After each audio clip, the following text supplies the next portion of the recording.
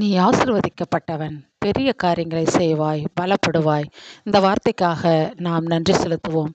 ஆண்டவரும் அருமை இரட்சகருமாகிய இயேசு கிறிஸ்துவின் விலையேறப்பெற்ற நாமத்தில் என் அன்பின் இனிய உறவுகளுக்கு இந்த வாக்குத்தத்த வசனத்தை கொடுத்து நான் ஆசீர்வதிக்கிறேன்.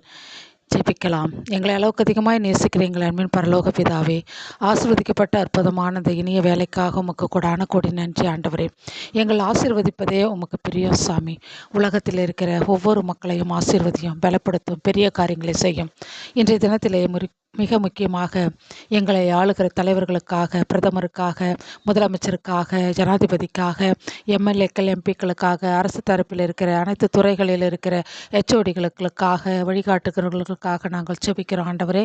அப்பா பிதாவே, இவர்கள் மக்கள் நல தொண்டன் என்பதை மறந்து விடாமல் அவர்களுக்கு நீர் அருளையும் ஆசிரியையும் வழங்கும் சுவாமி. நல்ல எண்ணங்களையும் புரிதலையும் தாரும். மக்களுக்காக பணி செய்கிற போது அவர்கள் ஏற்றுகிற செயல் திட்டங்கள், செயல்பாடுகள் எல்லாவற்றிலும் நீர் உறுதுணையாகிறோம் சுவாமி.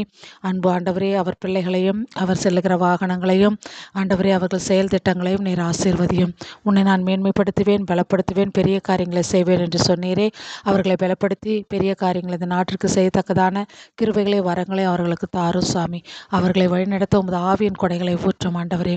உலகில் இருக்கிற அனைத்து துறை சார்ந்த பிரதம மந்திரிகளையும், மத்திய அமைச்சர்களையும், ஆளுகிற அரசாட்சி செய்கின்ற ஒவ்வொரு உயர்தரப்பில் இருக்கிற மக்களுக்காகவும் நாங்கள் ஜெபிக்கிறோம்.